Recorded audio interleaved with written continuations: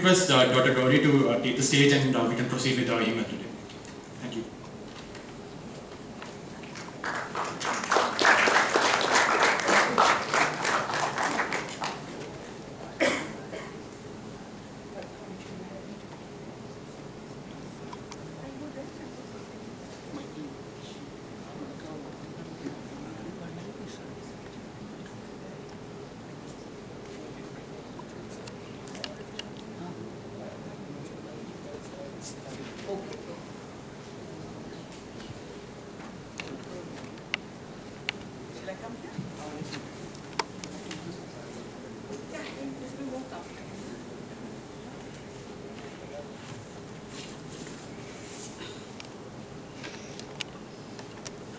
So good evening to all of you, and I'm sure it's tough coming on the last day of this lovely weekend, 3 days, but thank you so much for coming.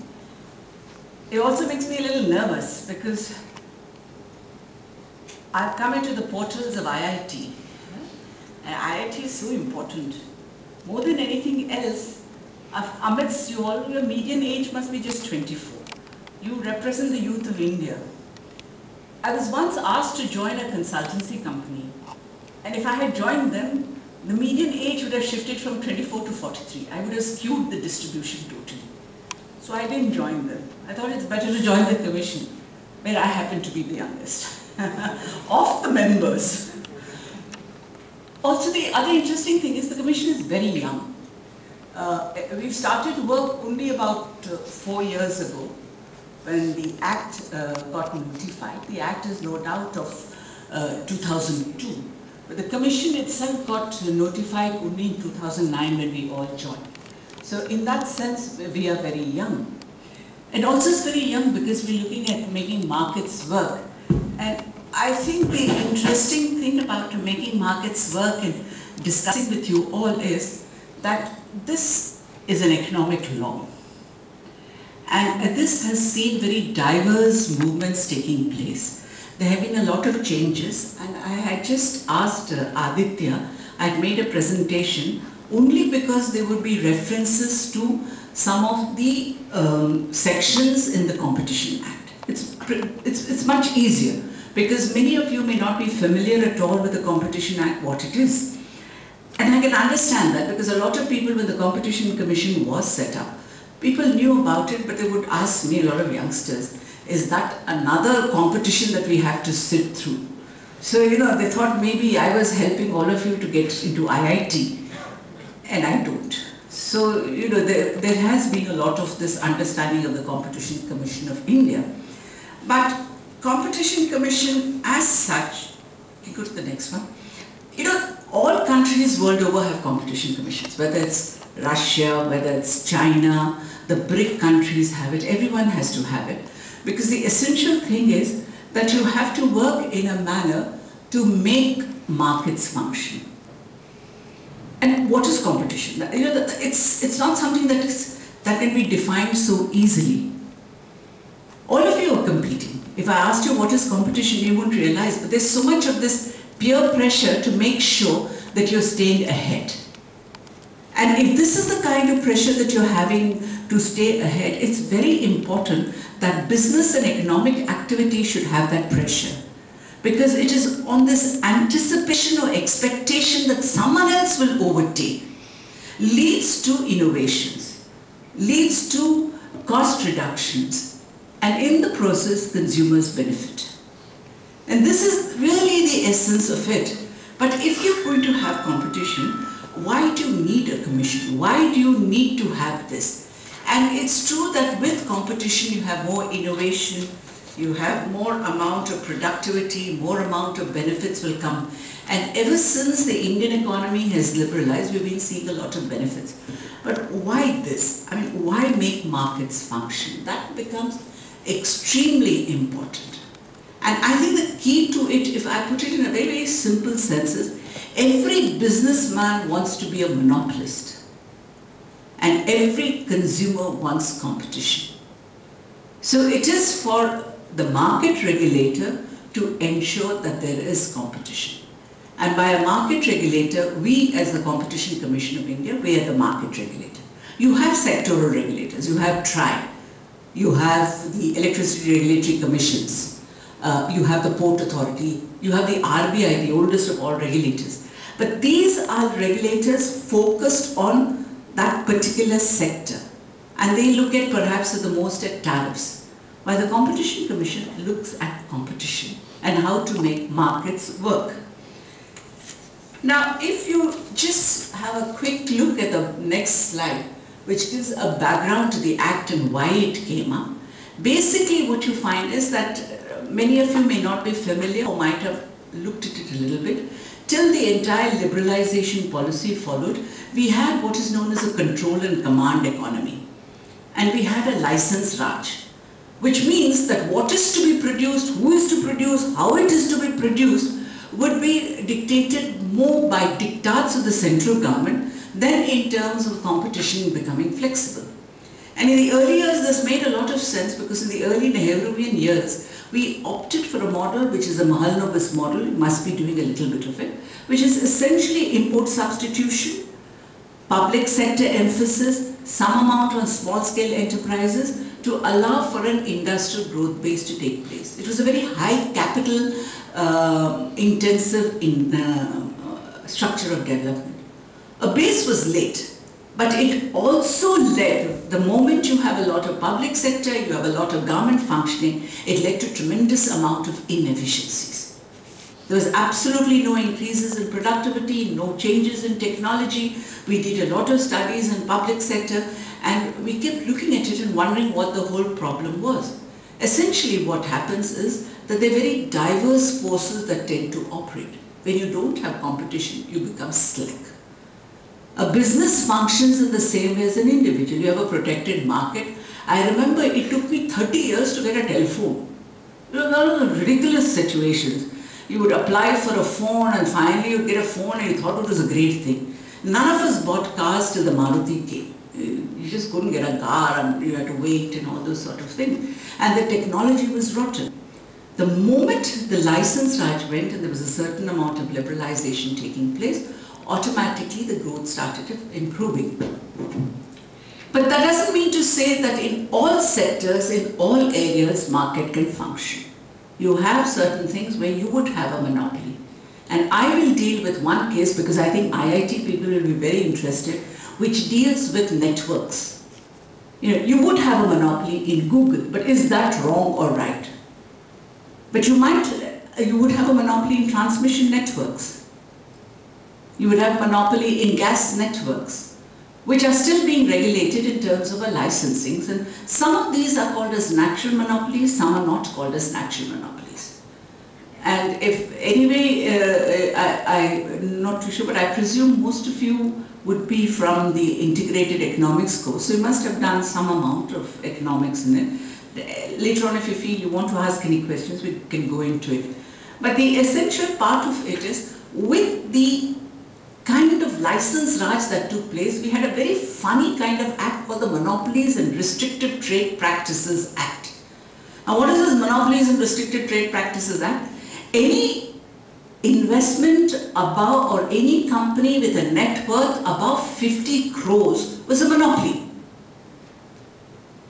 Now 50 crores, people say what? Chautala's caught for 20 crores is almost shameful. You don't go less than 1,000 crores for something that's worthwhile in a net worth of a company. But then the Monopolies Restricted Trade Practices was oriented this kind of quasi-socialist idea that said that monopolies, any company that grows too big is bad. So it was more a sort of negative approach, and they were looking both at fair practices and monopolistic approach and didn't do anything much.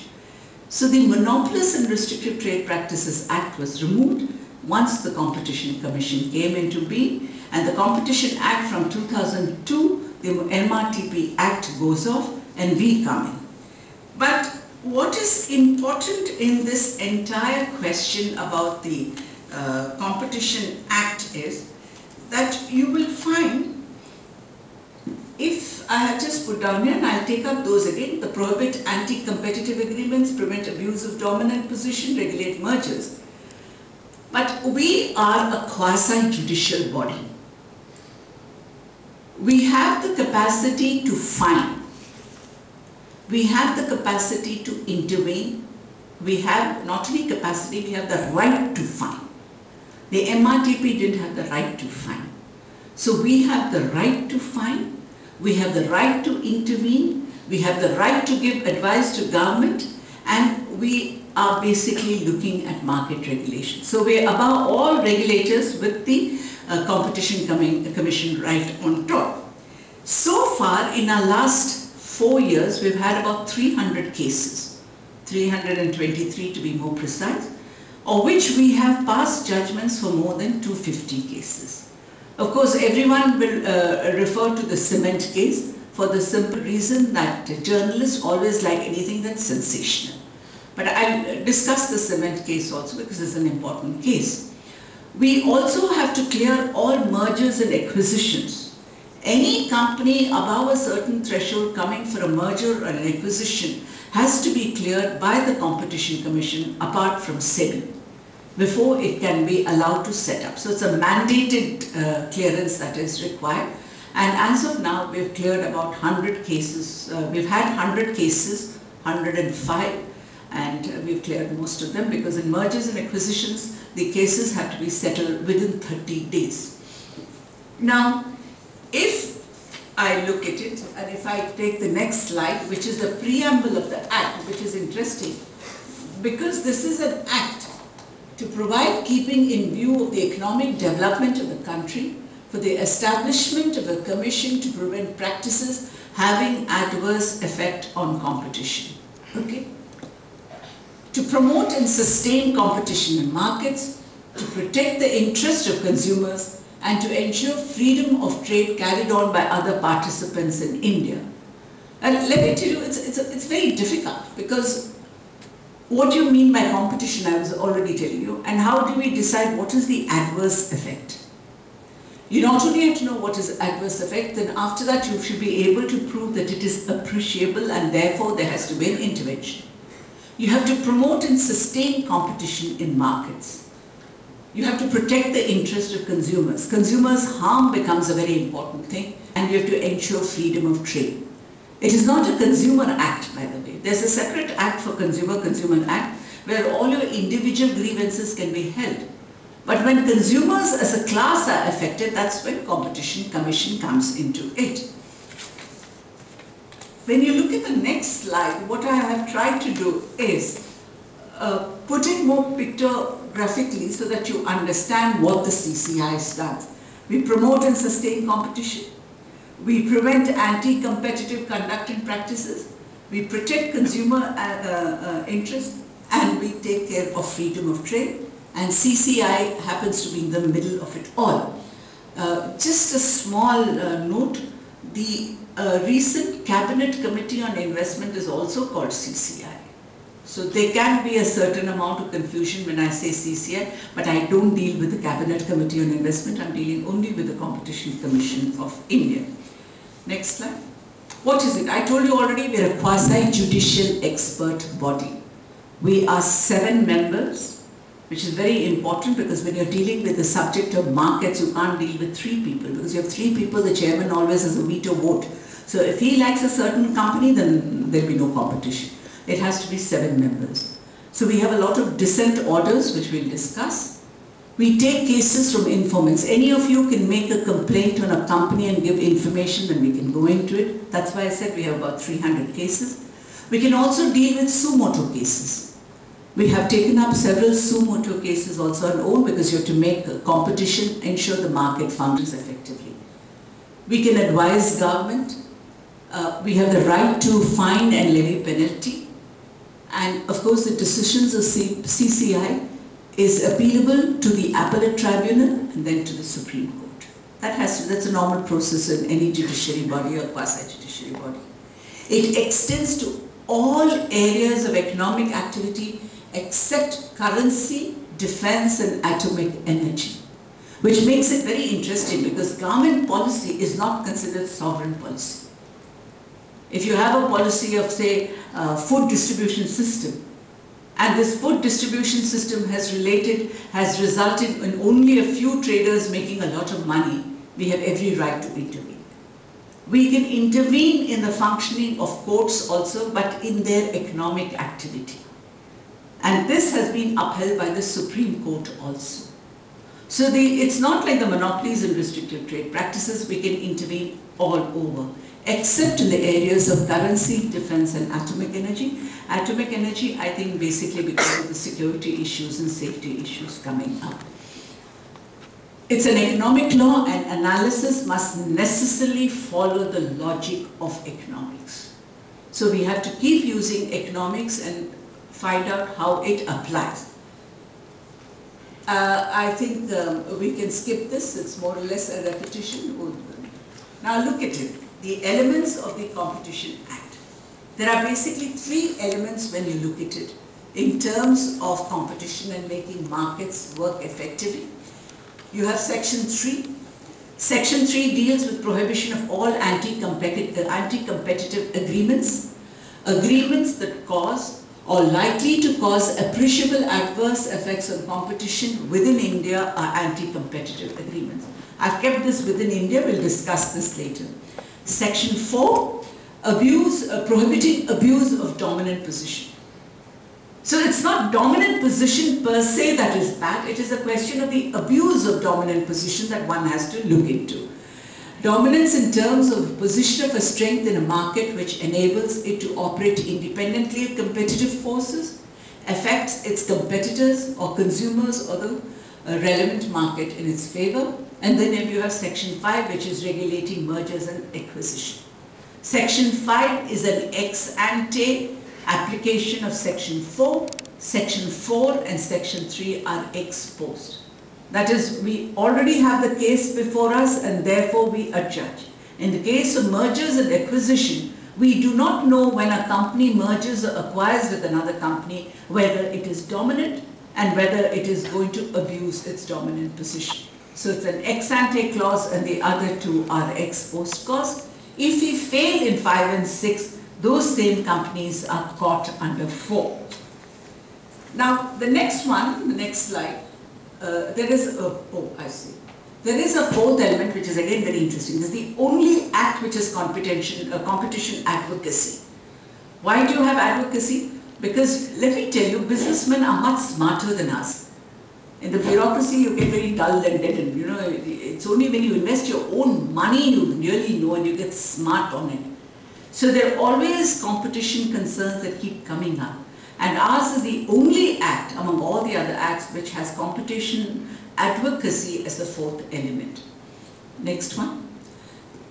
This I thought I'd try and explain a little bit. You can read it through when you are.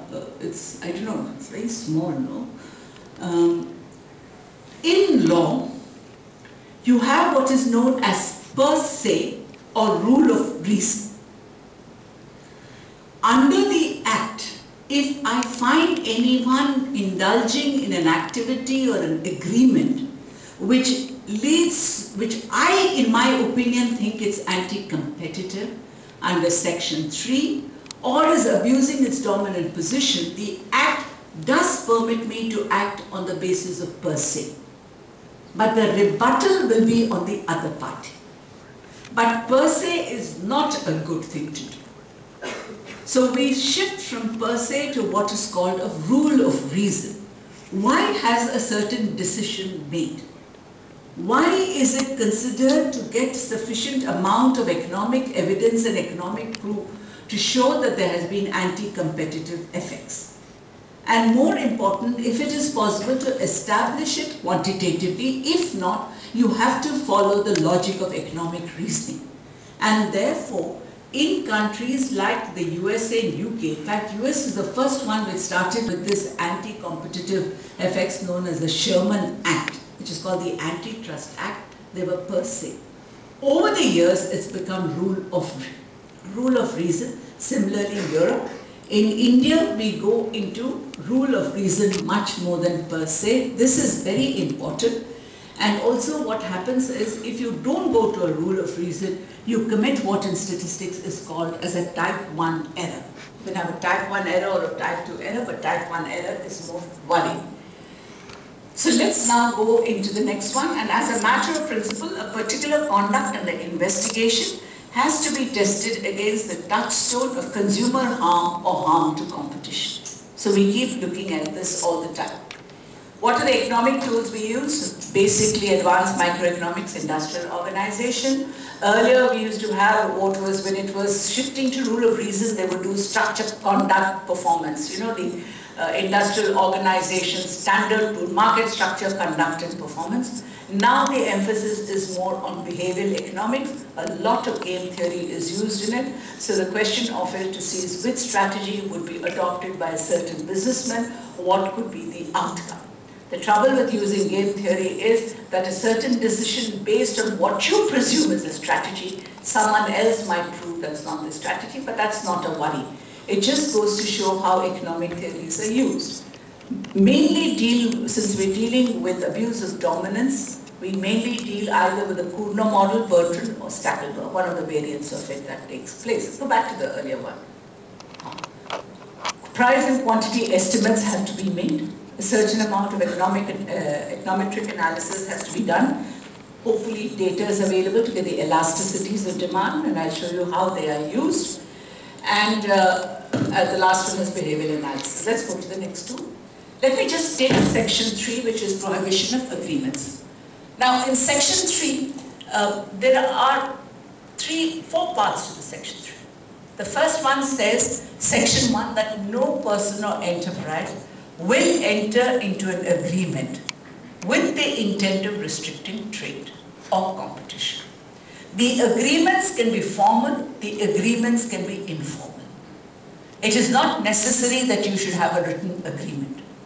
You could have an informal agreement, and if it results in an anti-competitive activity, it is subject to competition scrutiny and levy a penalty.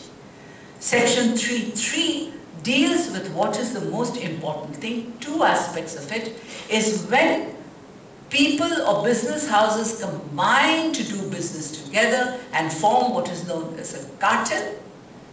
This is considered absolutely anti-competitive because it results in what is known as appreciable effect on competition, or AAEC.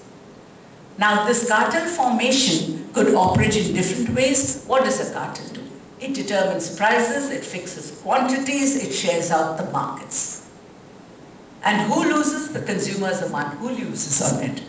It can limit or control production of services, supply technical development, it shares the market, and the last one is cartels may result in bid rigging. And bid rigging is a big thing because I think it's only in Tamil Nadu in the health services they've been able to handle this bid rigging. Wherever there's a public sector enterprise and they call for quotes, all the business houses get together and rig the bids.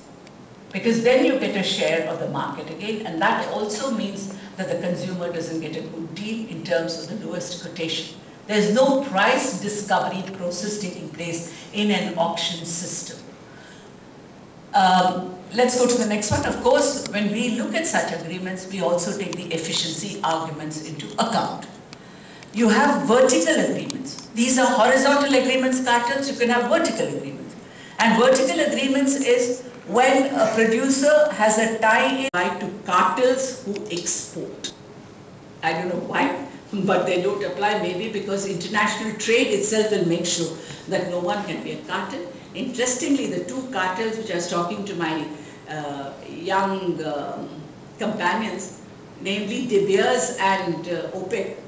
But if you look at it, these are cartels of natural resources. OPEC was just lucky it had a lot of oil. You know, God was nice to them, and De Beers, of course, is on diamonds. So again, South Africa, and they manage to control. But De Beers can be broken. I've been told by various people that we have a lot of diamonds in India. You know, that Panna extending to Chhattisgarh. But De Beers don't allow it. But that's gossip. It has not come out into the forefront. I have absolutely no idea. But as far as OPEC is concerned, yes. But an international cartel, which is again getting worrying, is potash. Because there are only 3 countries, I think, in the world which has potash. Canada, Morocco, and Russia. And if they form a cartel, but it's an export cartel, and under the international law and under our act, it is difficult for us to intervene. At this moment, we don't have the powers to do so. But Indian companies can also form cartels and export. That's the positive part of it. Let's go to the next slide.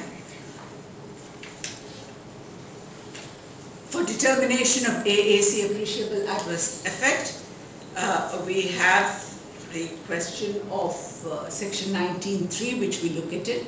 Go to the next one, you can read it. Now, this is the interesting one. How to establish a cartel. And this is the case of the cement cartel, where, as was mentioned right at the beginning, we find 6,300 crores. Sounds a lot, not much in terms of what they have really learned. In economics, cartels are considered as the most pernicious form of anti-competitive behavior. They're fixed prices, they're fixed quantities, they divide the market. And economics and data analysis are critical.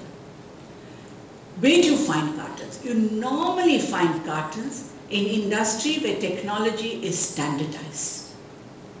Because if you see in cement you have variants of it. You can have white cement and Portland cement and all. But cement is a standardized technology. You won't have too much of variations on it. And the reason being is if you have technology variations, then you're again dividing the market and allowing for competition to come in. So it's usually found in where technology is homogeneous and not subject to change. Demand is relatively inelastic, or maybe I should say is inelastic in the sense that price rises does not cause a fall in the demand for it. For cement, the construction keeps taking place. And another interesting thing is more often they are in industries which are being protected. The standard cases that have been given about cement is the vitamins market was the famous case where lysine was what was used in vitamins and the Americans had used it. Then you have the case of cement and you have the case of manufacturing areas like tires.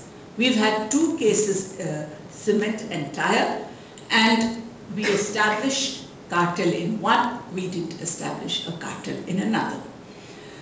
What is normally done is the use of concentration indices is done, which is the HHI index, which is the Herfindahl-Hirschay index, which just shows the number of concentration of number of companies in terms of the proportion of sales to total sales, or you can look at it net worth.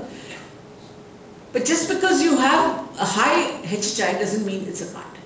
So that's, it's a very tricky thing. You have to look at it, everyone starts with it and then goes further. But you have to look at the next step in economic analysis is done is usually cartels are oligopolistic structures, you have an oligopolist model, and what you would find is price parallelism. And the kind of price parallelism, when you look at prices of all companies, they follow a certain pattern. They may not be exact, but there will be slight differences, and price parallelism is normal to expect. So when they came to argue before us, they said we're an oligopolistic structure, and price parallelism, so what? It's following the leader. The leader could be Ambuja Cement, so it could be ACC, so there is price parallelism, that is not saying much, we'll take that. Further, cartel is often a temporary phenomenon. You have to catch it at a certain moment. The cartels can always break. Cartels can break in two ways. We have what is known as a leniency provision, which has to be strengthened further based on the famous prisoner's dilemma. That a person just whistle blows on his cartel because he'll either get a lesser penalty or no penalty than to be part of the cartel.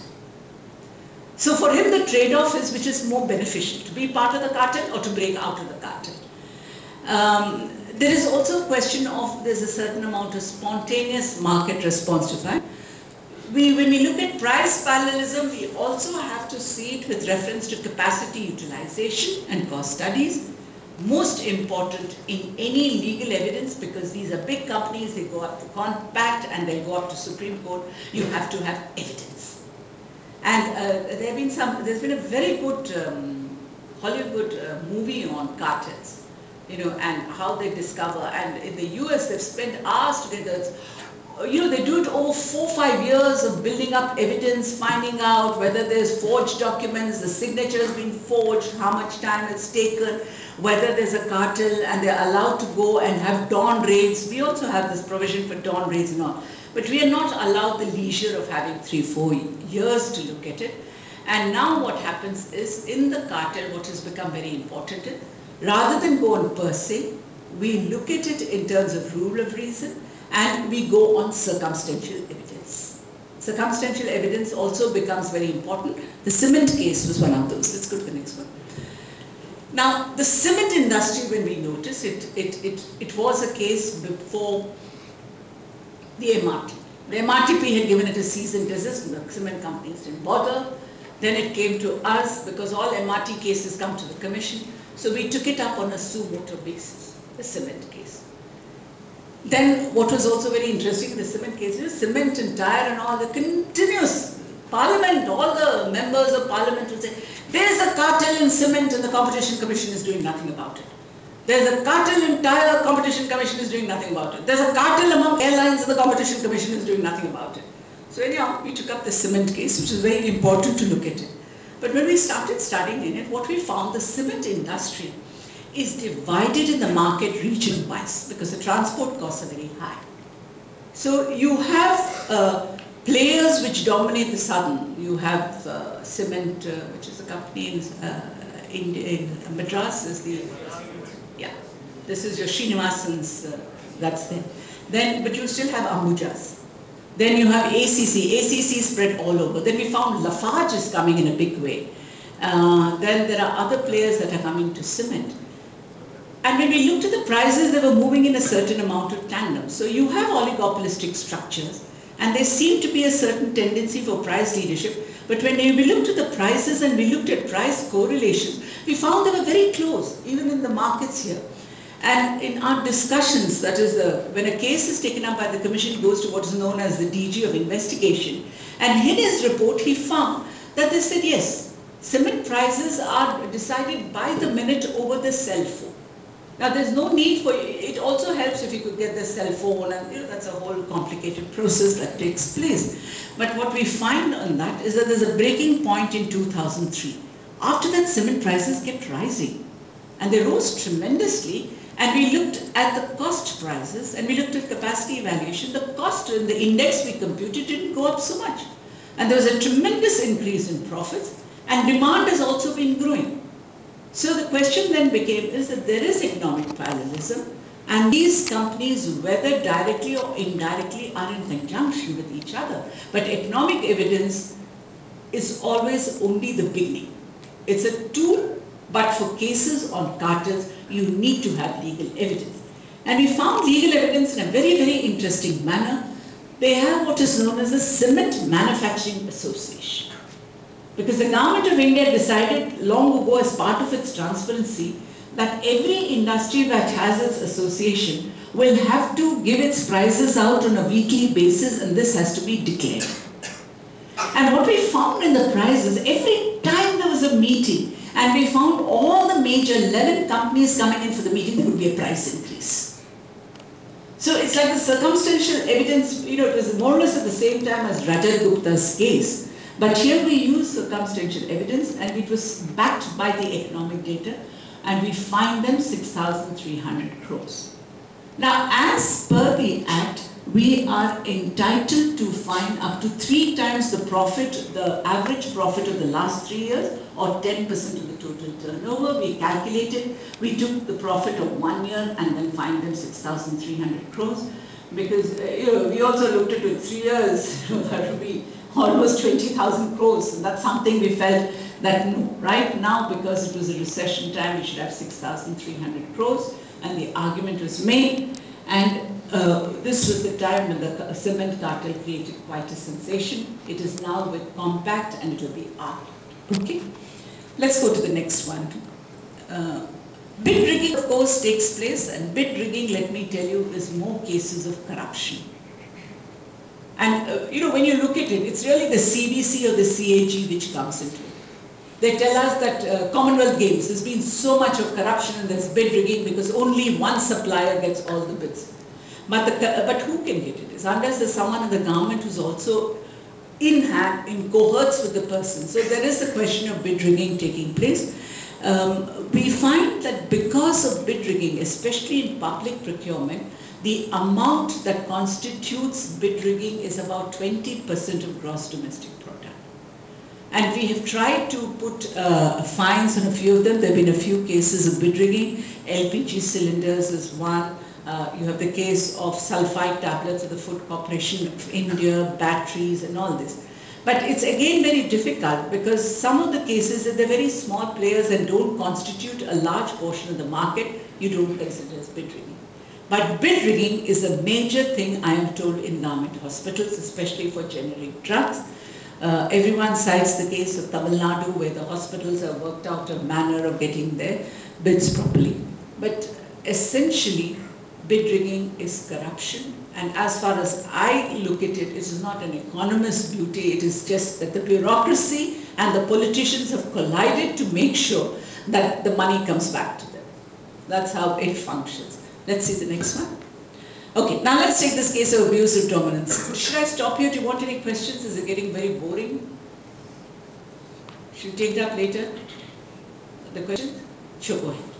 Ma'am, the tool of leniency which you spoke about, can someone challenge that you should have fined more to the cement companies? Can a member of public challenge that No. tool of leniency? The leniency is a whistleblower. You have to, the leniency concept is that you're an insider who's giving me information of a cartel. If you want to challenge it, then you'll have to go on the question of consumer harm. That's very difficult. You'll have to do it on a PIL basis. That's what, the leniency, that's what it is. It doesn't come from what you were saying for consumers. 6,300 is a lot, they won't pay up. They have not reduced the prices. For me, it's not the 6,300 crores. Have I been able to make the cement market work effectively?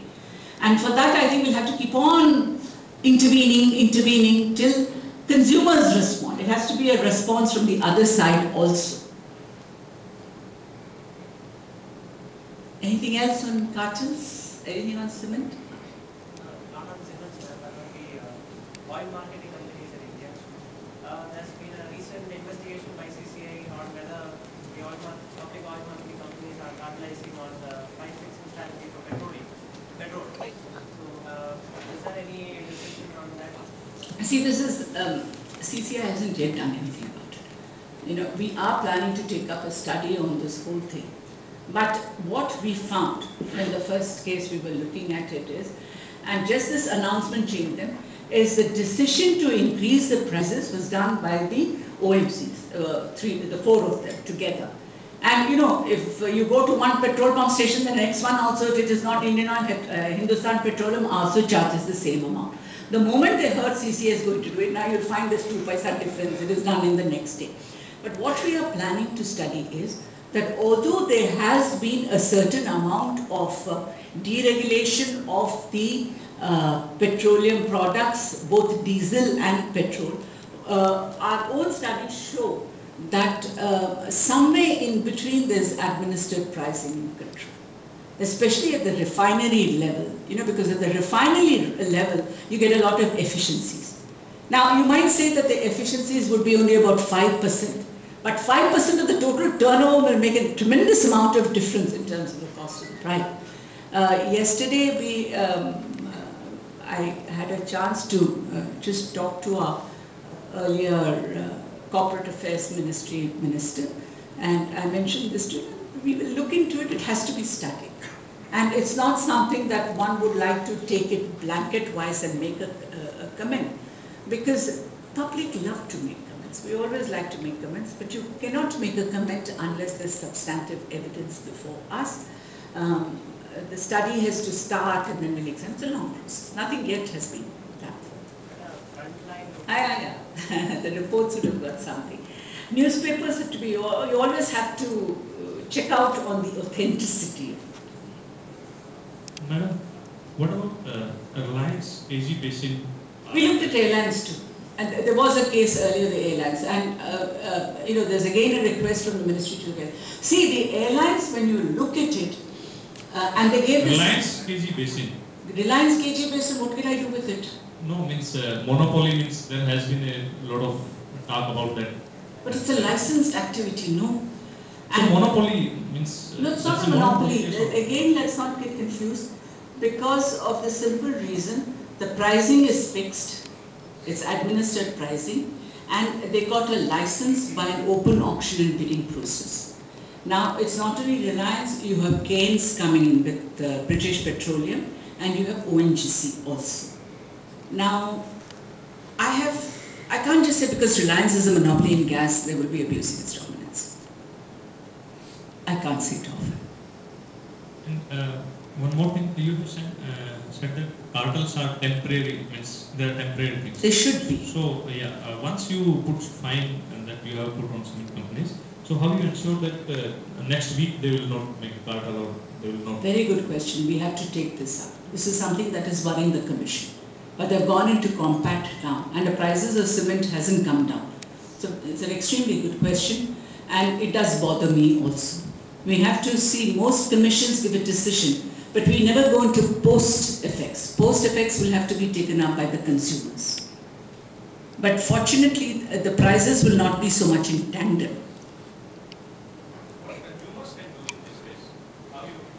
What do you expect in this? Big builders. Because most of your cement consumption is not you and me. It will be the road construction. It will be the flyovers. And for them, I think they get a separate quota on the cement part of it. You know what they have started doing in some of the other countries, especially in UK now, is just to examine whether any of these decisions have been beneficial or what are the restrictions. When we look at a cartel, we can find them, and there is a section called 27D by which we can suggest ways in a manner that an agreement doesn't occur again. If it had come under an abuse of dominance of section 4, then we can lay down certain conditions by which they will not collaborate again. Here we have made sure that the Cement Manufacturing Association doesn't provide them with a platform. We are only keeping a watch on it to see what is happening. When I say consumers, I'm only saying is in terms of counter pressure. If there is a big consumer who becomes an informant and comes back to us, then we again take up the case. You get an information on it. But as an individual, you will not be able to do it. No. That's the process of law. You have to work for it.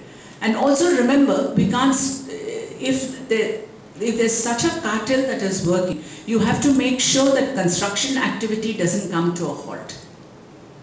And I'll tell you why. Because at a time when a country is going and there's green shoots coming up, we cannot afford to take a decision because construction activity is the most major employment generating. That would kill it. So one of the construction companies should come to us. The people who came to us with the case was the Builders Association. We have to go back to them again, and they have come to us, CREDA and Builders Association. They said we're looking at it again to see what has been the impact. So give me a little time. I'll give the Commission a little time, and it has to be done. I agree with you. You have to do it. Have some water. Sorry.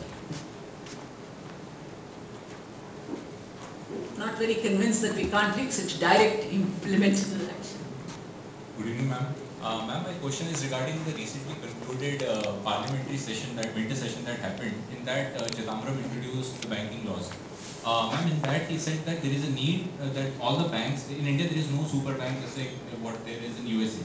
So there is a need that some banks should come together and form a super entity or something like that which can finance different activities and all that. So I want to know what is CCI's, does it fall under CCI's ambit as yet, or later on will it be a concern for CCI or other? It's a concern for CCI. Let me explain the banking system and the amendment that's come. In the RBI regulations, they have said, they have a clause, if there is a merger of a bank purely on consideration of failing firm argument, that is a weak bank that has to be taken up, then they don't need to consult the CCI. but I don't know it has yet been accepted or not. We have said that the Commission still has to be consulted because the RBI is only a sectoral regulator. But there are different strands in it. We had the first case was on the HDFC case on the credit cards, on the prepayment charges on home loans, because they said that we can't shift from one bank to another because of the prepayment charges. When we looked at it in terms of the financial sector, most of these sort of financial sector, there are a large number of players. And what we found is that most of them in their loans, the big players, they tend to follow one another, and they have what is known as a question of when they set a rate, which is what the RBI has done, of a PLR, they base it upon the question of their net worth and their ability to borrow loans. It's a weighted average of that which sets them. The PLR keeps differing. So after our judgment on the HDFC, with the new introduction of the PLR, the consumer should be able to look at different interest rates. But the interesting point that comes up in this is the fact that banks have not yet evolved instruments to choose each one's capability of repaying. That's a major fault, but that is for the Reserve Bank of India to introduce its own setup. Because on the financial sector, all countries don't immediately rush to looking at competition in the way you do in the real sector, because a crisis in the financial sector has greater explosive effect than otherwise.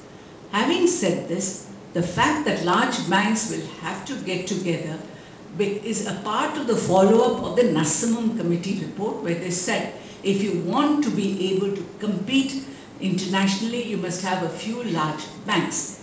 But after the recent crisis in America and the whole concept of too large to fail, there's been a rethink again. I will also tell you that the financial sector and the banks do take us for a ride, but it is very difficult to work it out.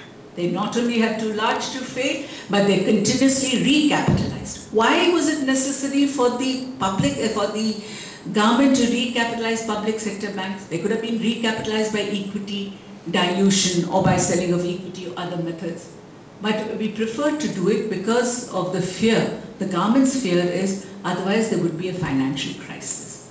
So this is an argument that has never been settled. You know, the argument against Obama is that they recapitalized AIG and that insurance companies that they have, but they didn't allow Lehman Brothers to be recapitalized.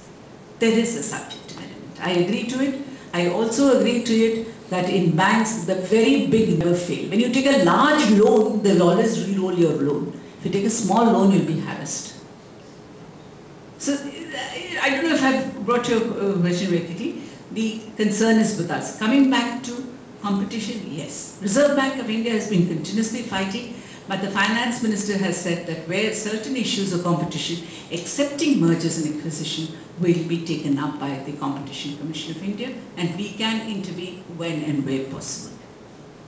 Let me also tell you, if I don't get a case and I have to intervene, there's a tremendous amount of study that will have to be done, and the conclusions on financial markets are always very evasive. It can go both sides. Shall I get to the next section?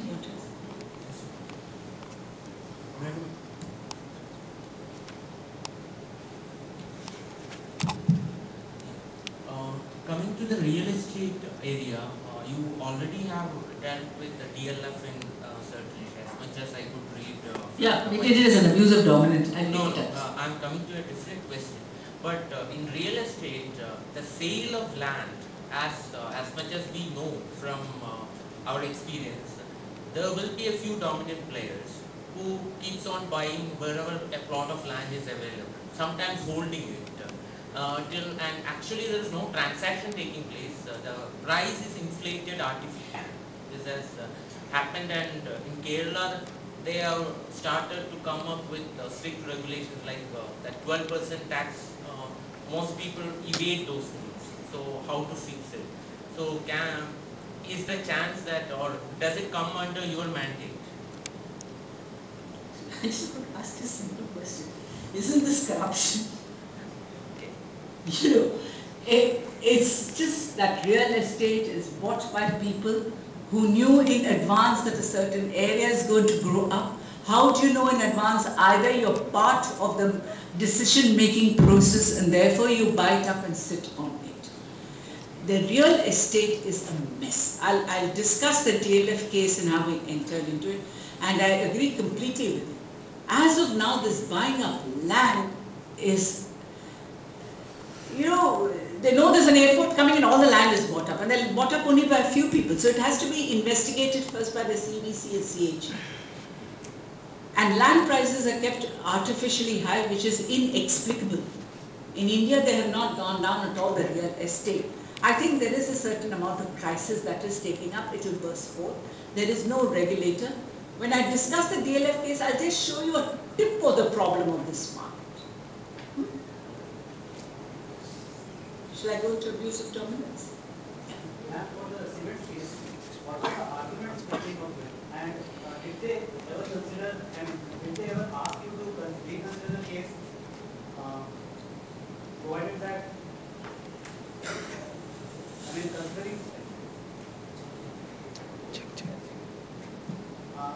considering that the evidence which you may have been having, that may not be significant enough at times, so they may ask you to reconsider the case. In this case, did that happen? See, the first argument is, why did we take up all the cement companies? We looked at only their data. We took their data only. And CMA data, Cement Manufacturing Association data, is open on the website itself. We took all public data. We did not do any rates, nothing. This was only the data that they had given us.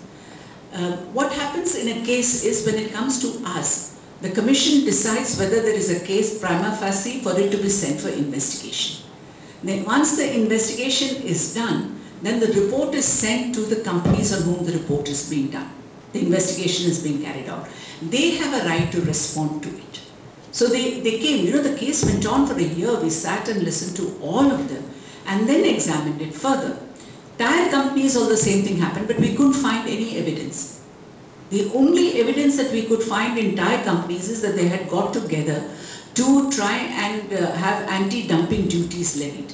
But this was an evidence that was given against the tire companies by Michelin, which was entering the Indian market. But under the WTO Anti-Dumping Act, you have to have 33% of the producers signing and giving a petition to the government. So we couldn't establish a tire. Basically, these are oligopolistic market structures. So it's very difficult. That's why I said, you know, price parallelism, quantity fixation, capacity utilization, very difficult. Let me tell you another thing. When they give you data, they give us data on capacity utilization. They give you the average of all their plants. But when they price it differently. It's a very standard financial technique that comes up. We looked at their thing, we sent them, asked them for further information. It's an interesting exercise. Sometimes we take a chance, let's see. Why would they pay the fine now? The fine doesn't come to us, it goes to the government. Have they paid it? No, they're contesting it in compact. If they pay the fine, it's admitting guilt. So once the compact decision comes, if it is against them, they'll go to Supreme Court. You know, you're talking about very large players.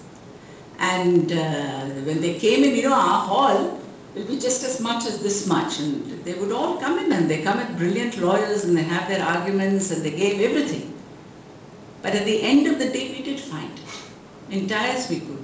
And they expected in tires we'd follow the same thing as in cement. Should I go a little further, because you must feel it? Let's get down to abusive dominance. Abusive dominance. See, cement, except for a little bit of economic analysis and looking at cartels, is not so much of my love, cartels. I mean, it's there, it's very important, you have to make the thing control. Abuse of dominance as an economist I enjoy a lot, because it brings in a lot of economic analysis and a lot of economic theory. Sometimes it may not come into economic theory, we do tend to use a lot of pure economic analysis. And in the abuse of dominance, the question is that under the abuse of dominance,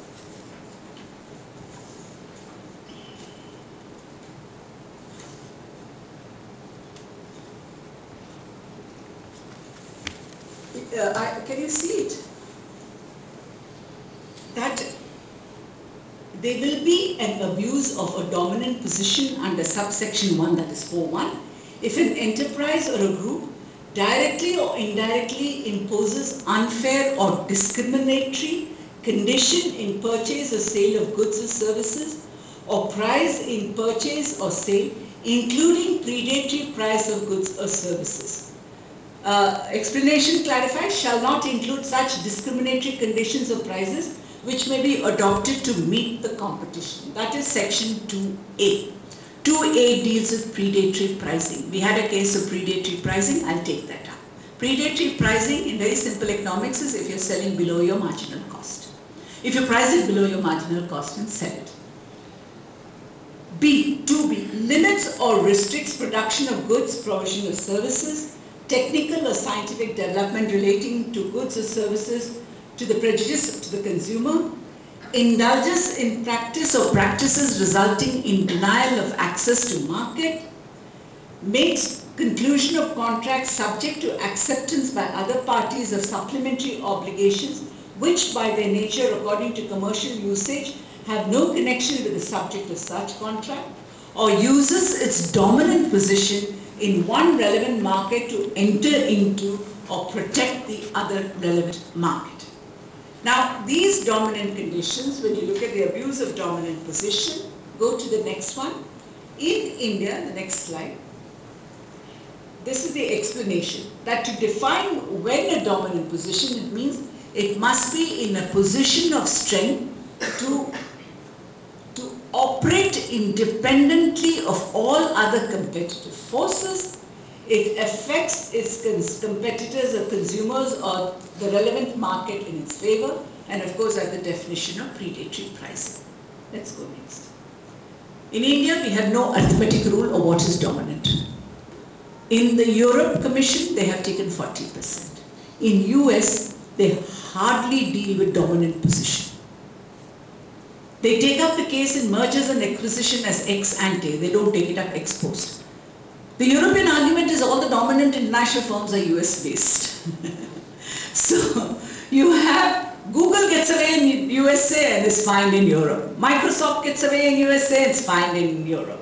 So this whole story goes on, and all these cases come to us in India and we have to look at it. Okay? And we have to look at rule of reason, although it can be a per se. And the most important, we look at it as section 19.4, which gives the various factors that look at it. Let's go to the next section, because with a case it becomes more clear.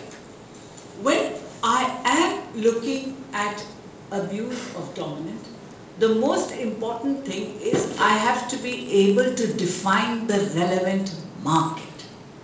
Which is the market that I am looking at it, and it is in that market I have to decide whether the player or the firm is dominant.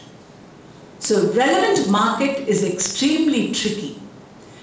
You could make it so small that the player is dominant, or you could make it so large that he is not dominant. You can result in what is known as a cellophane fallacy case, which I told you could be the type 1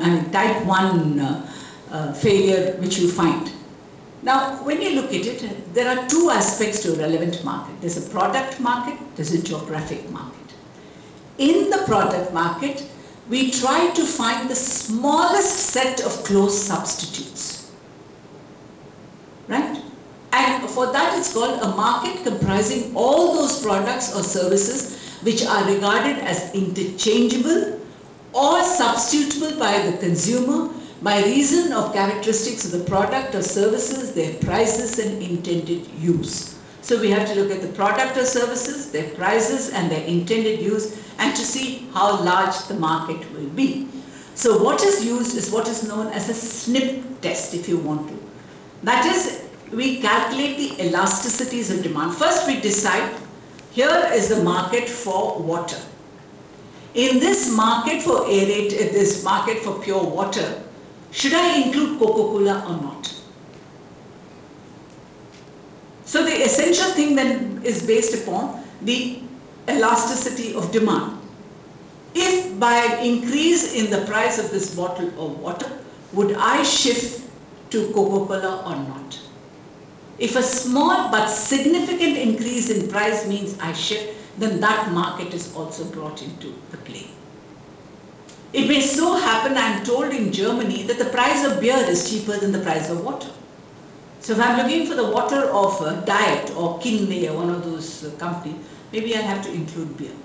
See, the essential thing is I'm trying to define my product market. And it is very difficult, so I will give you cases only of how much time we spend in defining the relevant market. And we have to define also the relevant geographic market. Although the Act applies only to India, you should be able to say whether it's the whole country or whether it is only one small area. I have not taken up the case, but we had a case of Springer, whose market is the internet, is a publisher on the internet. Do I take the whole world? So, there are lots of problems in trying to define the relevant market. If we go, when we are looking at the factors to be considered while determining the relevant market, we look at physical characteristics of the product, the end use of the product, the price, and the consumer preference. Consumer preference is extremely important, and these are really some of your most basic microeconomic theory. How is your market defined, how is the demand curve defined, what are consumer preferences, the same thing gets applied. But what's nice is you apply it in real cases. The next one is the relevant geographic market, and there we have to see that given the same transport cost, would I include another product in it or not? Cement is the one case where, if I had done it from the case of abuse of dominant, then I'd have to take the southern market separately, the western market separately, eastern and the northern. But it was a case of cartels, okay? Let me take the first case. This was a very interesting case that came up. And this is a case of photochromic lenses. GKB, as you all know, now of course a lot of others have come in, Vasan, Opticals and others. But GKB came up with an information saying there's an abuse of dominance by Transitions India, which is a subsidiary or a joint venture in India between Transition Opticals world over. Transition Opticals, what they do is, whether it's glass or plastic, they do a coating of photochromic. The idea is to prevent the UV rays from hitting, and when you go from light to dark and the whole thing keeps changing, or dark to light, whatever happens. Now what we found is, they said Transition India is in a monopoly position because it's photochromic lenses, and therefore they're abusing their dominant position. So how do we define the relevant market? And in some sense here we didn't have quantitative data, we looked all over, but qualitative analysis was important. When you look at ophthalmic lenses, you get different types of material. You get glass, you get plastic, you get polycarbonates. And value addition in terms of coloring so as to reduce glare, prevent UV rays, and different coatings such as anti-reflective, hydrophobic and anti-resistant. So we asked all the ophthalmologists, the optometrists and all of them. Now whether all photochromic lenses form part of the relevant market or the differences in material and consequent differences in characteristics and price, we could then decide, do I talk about glass photochromatic lenses or do we talk about plastic photochromic lenses? Okay? So we've already decided that you can have the coating that is taking place, and what GKB would do is Transition India would buy the lenses, coat it, send it back again to them. And there are certain conditions that have to be used, part of their IPR. They also have the condition that if you are selling in India, you cannot sell abroad without quoting the same price we do, which I think is fair enough. But how do you decide about consumers? Now the price, I think it's in the next slide, varies from, I have used dollar terms because it would be easier. Glass is about $1.25 and photochromic is $20. It starts from around $20. And Transition is an icon. The US case on photochromic lenses said it is photochromic lenses, but they're no longer in dominance there, so there's nothing to bother about it because the market is so diverse and other new players have come in. But here we are stuck with, should I take the full lenses market? Because US took the full lenses market. In India, we had the glass lenses and the photochromic lenses. And glass lenses are so much cheaper than photochromic lenses. What do you do about it? Then we tried to do a survey. I think my younger colleagues contacted various, at Indian Medical Research Association, trying to get the data. No one had the kind of data that we required. It would mean going from individual to find out. But remember, the interesting thing is the middle class now constitutes how much? About 24 million.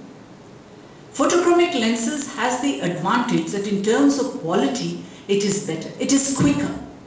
Glass takes much more time for it to become dark or light, whatever the requirement is there. Photochromic doesn't, it's scratch resistant, it doesn't break easily. And transition is an icon. And we were wondering what is to be done, because when we started consulting the ophthalmologists, they kept saying yes, but transitions has also come with a product middle. That means they were not selling the high-end iconic product which is sold in the US because the living standards, but they were catering to the growing middle class which wanted plastic photochromic lenses, and therefore what was found that there was a spectrum that takes place entirely which was intra-product rather than inter-product. But nevertheless, because we were giving it in terms of the question of consumer preferences, where we were basing on behavioral economics, we said the market is for photochromic lenses, but there was no evidence of transition India being dominant because other players were also coming into it. The intention of giving this case study, which you can see the next one also, when you have time you can look at it, is that we found that finally that commission concluded that continuum exists on an intra-product basis and not inter-product basis, and exclusivity prevails. We also said behavioral economics also seems to suggest that price differences do not act as a competitive constraint, as the perception of higher quality of PPL may not be in proportion to the difference in prices, because Transition India had used a new product. It's very interesting. Today I was reading The Economist, what they have started doing in all these multinational corporations, for example Siemens. They don't use the high-end switch gears or switches that are there used in the US. They use the intermediary ones, which have the quality but within our price range. So you have a continuum that flows and that takes place, and therefore, but because of the fact that we couldn't do sufficient amount of demand decision, and we couldn't categorically state that it is the lenses market, we said let it be photochromic lenses. Otherwise it would have been like the US lens market that takes place. The next case, again, I'm doing only relevant market, your DLF case. This has come into a lot of controversy. It came to us as an abuse of dominance because the DLF case said that DLF is a service provider, and by reason of their characteristics, they said this is a high-end residential building in Gurgaon. So my definition becomes high-end.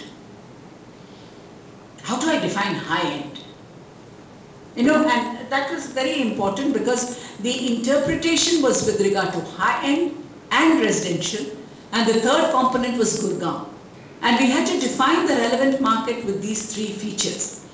Terms like high-end or affordable are relatively subjective, and therefore it is very difficult that you have to be able to prove whether there is a clear-cut concept known as high-end. For that, the advantage that we got in terms of the high-end, when you look at the garment flats, they have lower class, middle income, high income. And high income, the DDA has said anything above 90 lakhs is high end. These flats in Gurgaon are 2 crores. So we said it's high end. Residential, yes. And they were residential because they were flats which are not meant to be used for any other activity. And therefore, and whether it is investment for own residents or whether it is for investment purposes, it becomes immaterial. So we stayed with this definition of high-end residential apartments. Next slide. Then we had to go on to finding out it's not only, high-end is not only a question of the amount that is charged, but when you look at high end, you will find that they provide all these amenities. You have a swimming pool, you have a security, you have a squash court, and it will have mosaic flooring, it will have teak wood, and they provide it. They put it in the brochure, and that's why the cost is 2 crores, and that means it is different. When you look at the middle income grouping houses, if you have a chance to go into these sites, you're too young for real estate, you'll find that they'll say, no, we will use simple doors and you can fit your own floors and all that. And low end will be 1 room. The square feet will be about 600 square feet or less. So that is how we went into the definition of it. We also looked at the customer's characteristic and his ability to pay, and high end represents a higher income class. When we looked at the question of the relevant geographic market, we took Gurgaon. Why didn't we take the whole national capital region of Delhi, but why only Gurgaon? Because Gurgaon was the area that developed because it's closest to the airport. It is very close to the airport. No high-end rise apartments can come up in South Delhi anymore, which is close to the airport, or the Lutyens Delhi, because that is bureaucratic Delhi. And there would be Noida, but Noida is too far off. So some of you are familiar with the national capital region. Gurgaon was the area where it came up. So we said DLF, and in Gurgaon, DLF is dominant. DLF is not only dominant in Gurgaon, but DLF is among the dominant players all over India. We had a case of real estate of the OMR. OMR is the only place in Chennai where you can build high-rise buildings. I don't think you're allowed in the rest of Chennai again itself. But OMR has not only DLF, it has Hinnandani, it has Larsen & Toubro, it has many players. But in Gurgaon, in that area, in the large portion of Gurgaon, DLF had land. And the most important thing is the major land bank. The question that you were asking was with DLF. And how did DLF get the land bank? I don't know. Somehow from the Haryana government he got the land bank. That was not an issue we looked into at all. Because let's start with the fact that we had this agreement. There was no agreement. So we made it a case of abuse of dominance. They went to Compact. Compact sent it back to us and said, modify the agreement. Because the clauses in the agreement showed that DLF was dominant. It was a one-sided agreement. We have modified it, but we don't need to. Under the Act, we don't need to modify any agreement under abuse of dominance. That's a different matter altogether. Next one. Okay. Now, I have finished. There are lots of definitions of relevant market, and you people must be getting tired. This woman yakking away, she likes it so much. I'll do with this last case because it deals with predatory pricing and leveraging. 42A and 42E, this was a case of a stock exchange. There was a complaint from the MCX Stock Exchange against the National Stock Exchange on the CD derivatives. They said the National Stock Exchange is a dominant player, and because it's a dominant player, it was charging 0 transaction fee and it was taking very low deposits. So MCX complained that so what, even if we have 45% of the CD market, we will lose everything because of the predatory pricing.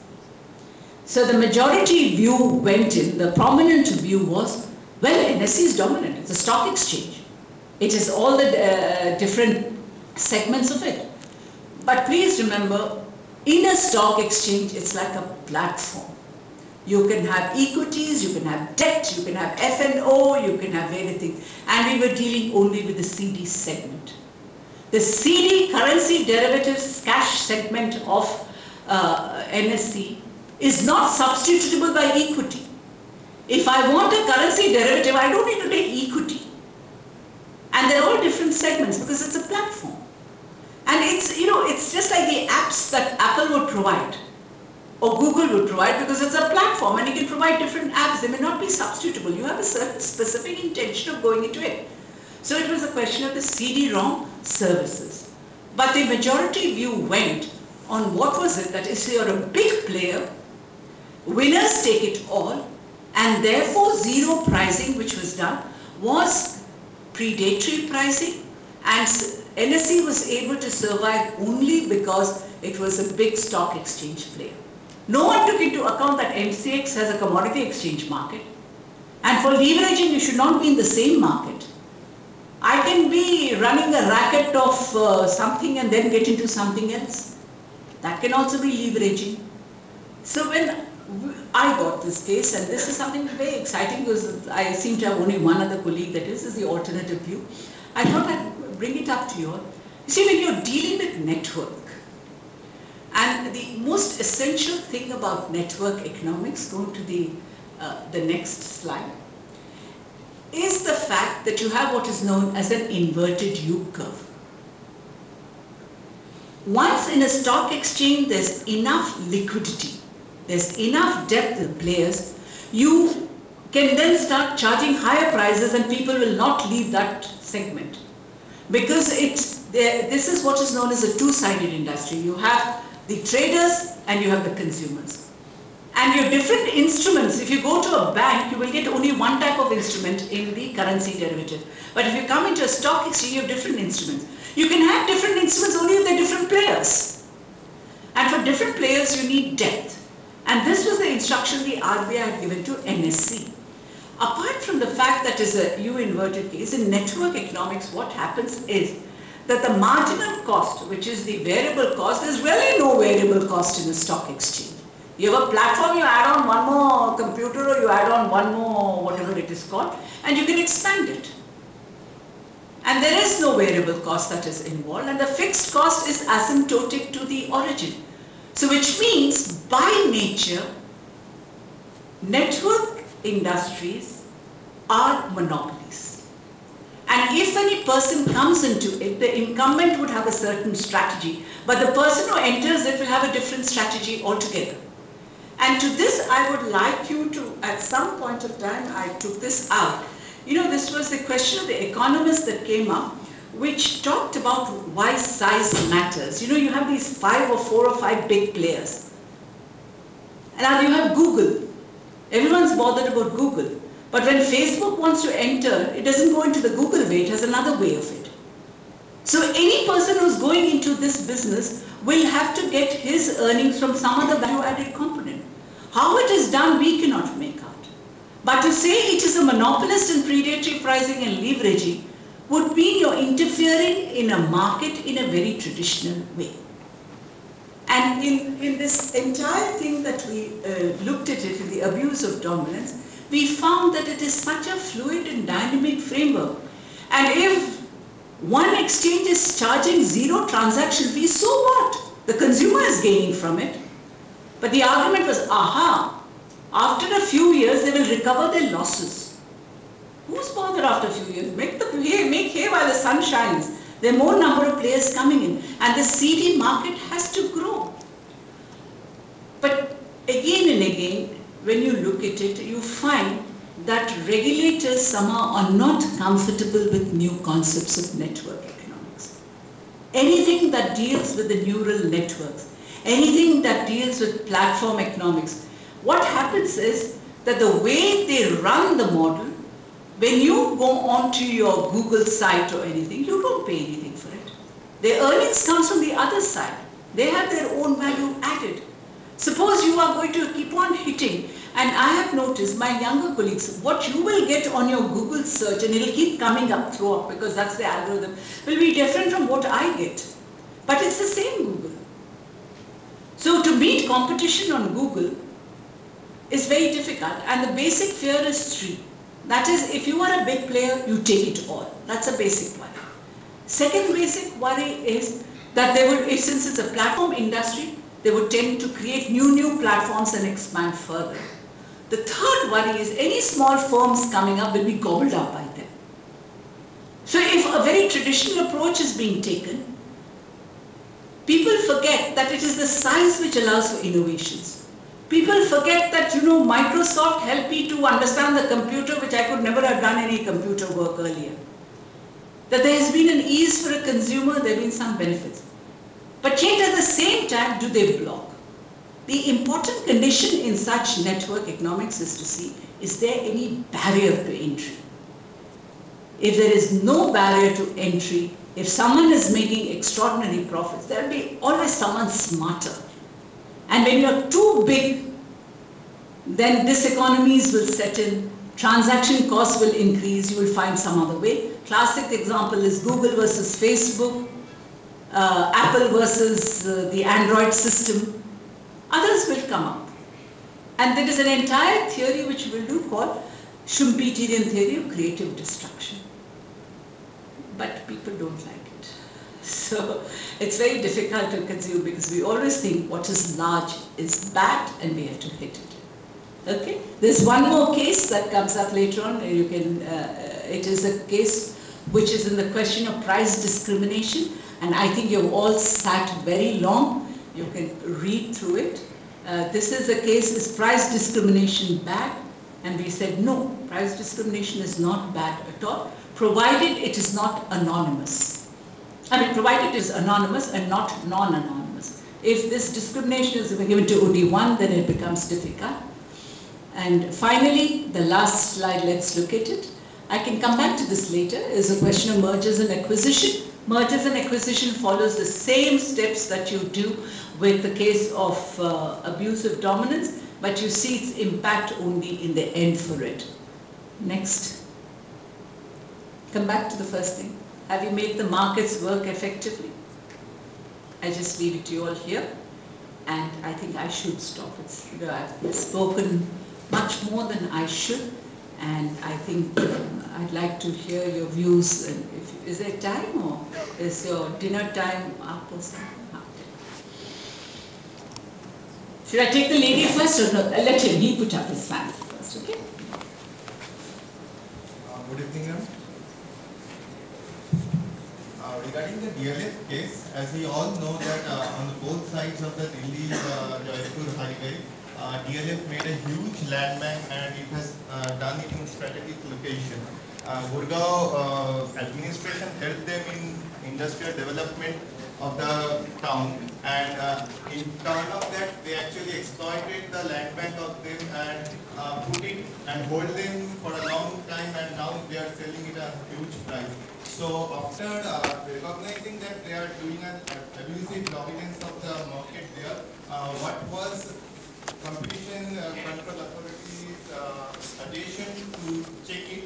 And first question. And the second one is, how do you see the future prospect of CCI? Because your ambit is only to suggest, not to force them to do something. Because you cannot say that, you can only say that DLF has done some mistake, but you cannot stop them by doing it. Because when there is a nexus between the government and the real estate market, how will you handle this nexus? Because we all know that with Haryana government there is a good term of relation with Gandhi family which resulted in DLF problem. So, you know, your question is quite similar to what he was saying on the cement. Let me take up the first portion of the land bank. Obviously, they got a lot of the land bank, but they've been in the real estate business since 1947. They were among the early players, they were smart enough, and people who have got flats in DLF have really gained from it. But that there is a corruption of the Haryana government, I have a colleague who's told me about it, and he was the one who really helped us work out this analysis. You see, you have honest officers in the government and they get transferred out and you can't do anything about it till another comes. But taking the second case, let me tell you, even in the not so much the cement but in DLF, because cement I have to yet see what is the impact of it. With the DLF case, we have any number of cases coming in, and now the real estate people are getting worried. We had a workshop and CREDA had come along to us and they were very worried about it, and we have given them what we consider as a model agreement. A model agreement is not a good thing, it's not what we should do. Because an agreement is always between two parties. We shouldn't intervene. But the compact asked it to intervene. What we have done is removed what we thought was the abuse of dominance in these agreements, and what we thought is that with violence in marriage, you know, you have that anti-dowry act. But the fact that there is an act, and there's a fact someone has acted, itself is positive, which is much better than nothing happening at all. That's all I can say. I mean, at your age, you might find that this is a little puerile, but this is how things do work, and it has had a tremendous impact. And I can also say in the abuse of dominance that even if we didn't go by very strict, rigorous economic analysis, we all felt in the commission that real estate didn't need to be taught has to be intervened in it for the sake of making markets work effectively. Good evening, ma'am. First of all, thank you very much for this lecture. To start discussing the aviation sector, the airline sector, but I don't think you are able to continue. I'm interested in studying the price distribution in the domestic aviation sector, and I was curious to know more about what you think about the domestic airline sector and what's been going on in this sector. Thank you. You know, the prices for the aviation sector is set by the DGCA. And they have to announce the prices every week. Now, when we looked at the prices, we called all the airlines. You have the full cost airlines and the low cost airlines. They go on the basis of what is known as buckets. And when the demand increases, they tend to shift from one bucket to another.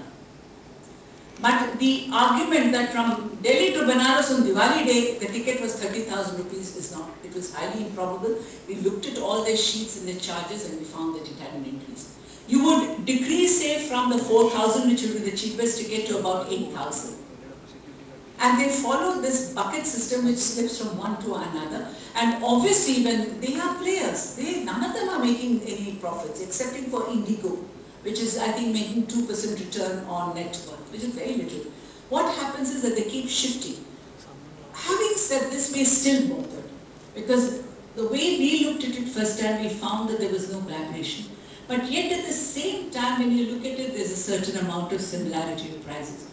What is it in that which causes them to collaborate is what we are trying to pin down. And you find that this kind of movement in tandem of prices doesn't occur so much in the US. Because when the prices do fall, they auction it in the open. But we were assured by all the airlines that the gate closes 1 hour before. At the airport, you can no longer go and get a ticket, and it closes 1 hour before, and no one else is allowed to intervene in this system. So there is this point of exaggeration. Prices have not increased so much, but there's also the point that there's a certain amount moving in tandem. And why it's moving in tandem is something we have to examine. We'll take two more questions. Good evening, ma'am. I would like to know your view, like the case which you told about NSE versus the MCX. So I found it a little bit analogically similar to what Microsoft versus Netscape Navigator was, right? Yeah, Microsoft versus? Netscape. Netscape. So in similar way, like Microsoft was bundling Internet Explorer with its operating system and giving it for free, and Netscape was losing out.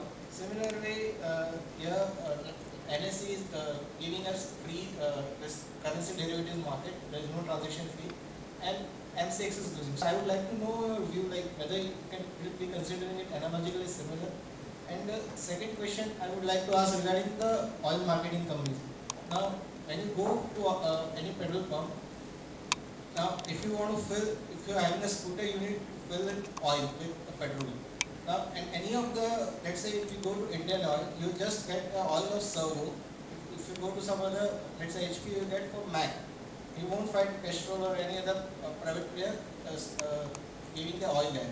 And in some of the petrol, the machine, the oil would be pre-mixed oil. So you don't have a option to choose your oil. So would you consider it as a bundling? The petroleum case is very interesting, but you know, they also make their own oil and they have their own product. And that you should allow to take any of your oil, you can't restrict a company that. You know, you have to allow them that right.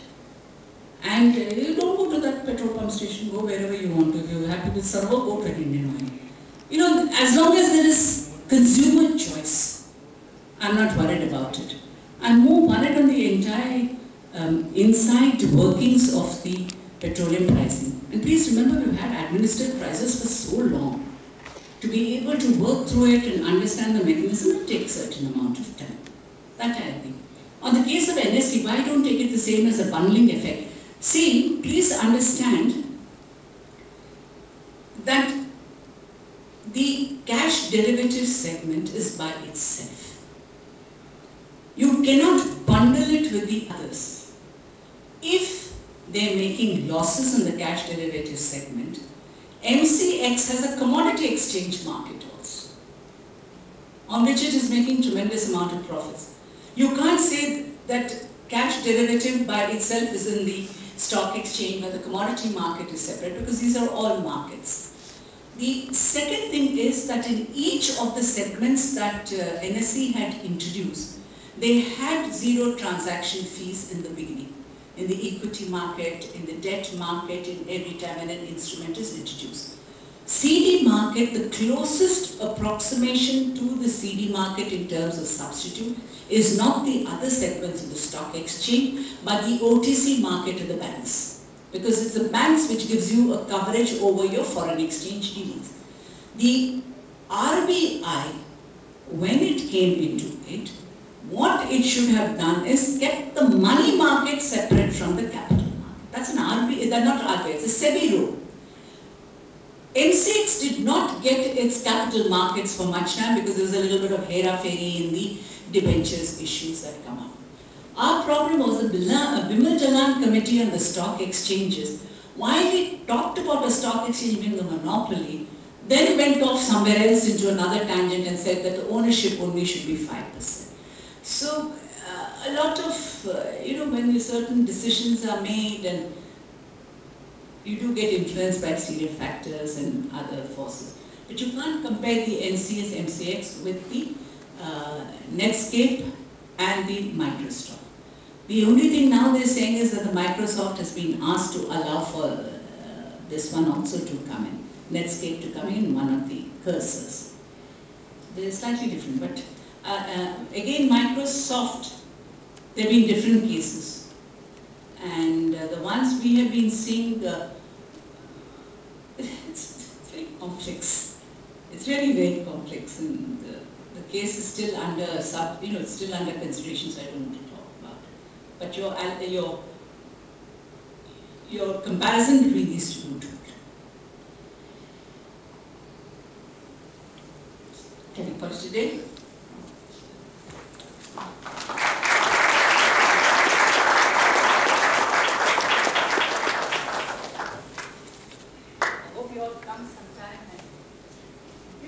Internships in our commission. So you can come and work with us for a month. They can feel up to it. It's just too much. Or you can join us. Thank you, ma'am, for such an insightful talk. Now I shall request Aditya to present Dr. Geeta Gauri with a moment.